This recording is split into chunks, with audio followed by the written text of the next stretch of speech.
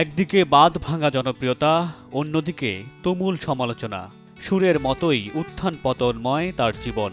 মঞ্চে কিংবা মঞ্চের বাইরে যেমন আলোচনায় তার গান, তেমনি ব্যক্তিগত জীবন।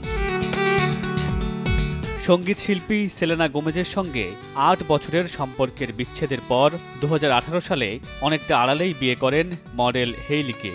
হেইলির সঙ্গে ৭ বছরের সম্পর্কে তুমুল প্রেমের মাঝেও বহুবার শোনা গেছে বিচ্ছেদের গুঞ্জন। যদিও গেল বছর প্রথম সন্তান জন্মের পর অনেকটাই ভাটা পড়ে সেই আলোচনায়।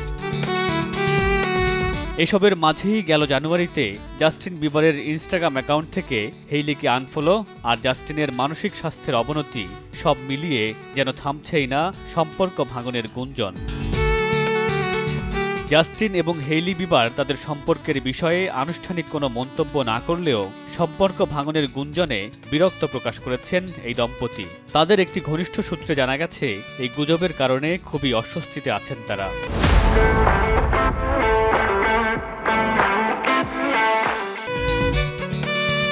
যদিও এসব নিয়ে চিন্তিত নন জাস্টিন হেইলি দম্পতি। সময় দিতে চান একমাত্র সন্তান জ্যাক ব্লুসকে। হলিউডের চাপ থেকে মুক্তি পেতে পরিকল্পনা করছেন ইউরোপে বিলাসবহুল বাড়ি কেনার। মামুনুর রশীদ পনেল, সময় সংবাদ।